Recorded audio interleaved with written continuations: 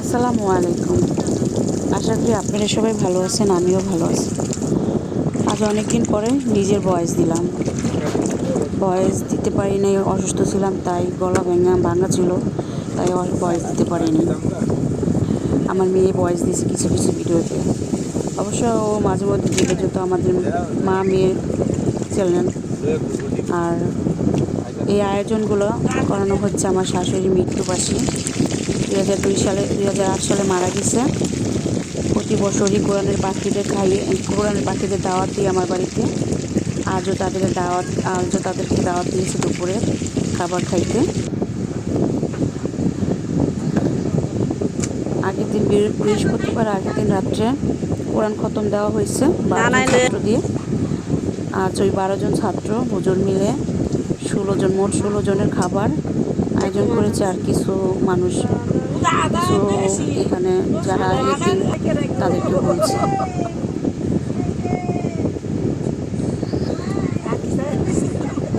আমার হাজব্যান্ড তার মার কবরস্থানে গিয়ে কবর জিয়ারত করছে, ওখানে নামাজ পড়ছে। তার মাকে সে অনেক মিস করে। জানি না তারা 5 ভাই বোন, 5 ভাই বোনই মিস করে। সন্তান তো তার মা তাদের জন্য কী ছিল তারাই বোঝে। আমরা বউ, আমাদের দায়িত্ব আমরা পালন করে যেতেছি যতটুকু পারি, ততটুকুই না।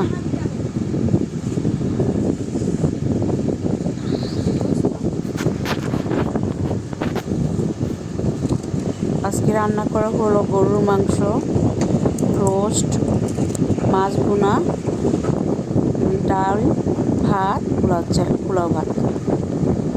এই আয়োজন করা হচ্ছে। আর ও আসতে পারবে না, বাচ্চার বাবা আসতে পারবে না। দোকানেই আমার শাশুড়ির কবরস্থান, ওখানে জিয়ারত করে এখানে নামাজ পড়ে দোকানেই থাকে। শুক্রবার দিন দোকান থেকে আসতে পারে না, যাতে শনিবার দিন তার বন্ধ থাকে।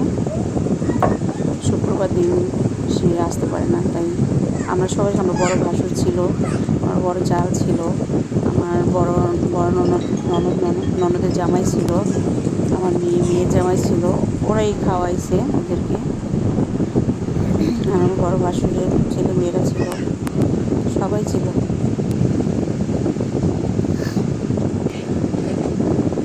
আসসালামু আলাইকুম। আশা করি আপনারা সবাই ভালো আছেন, আমিও ভালো।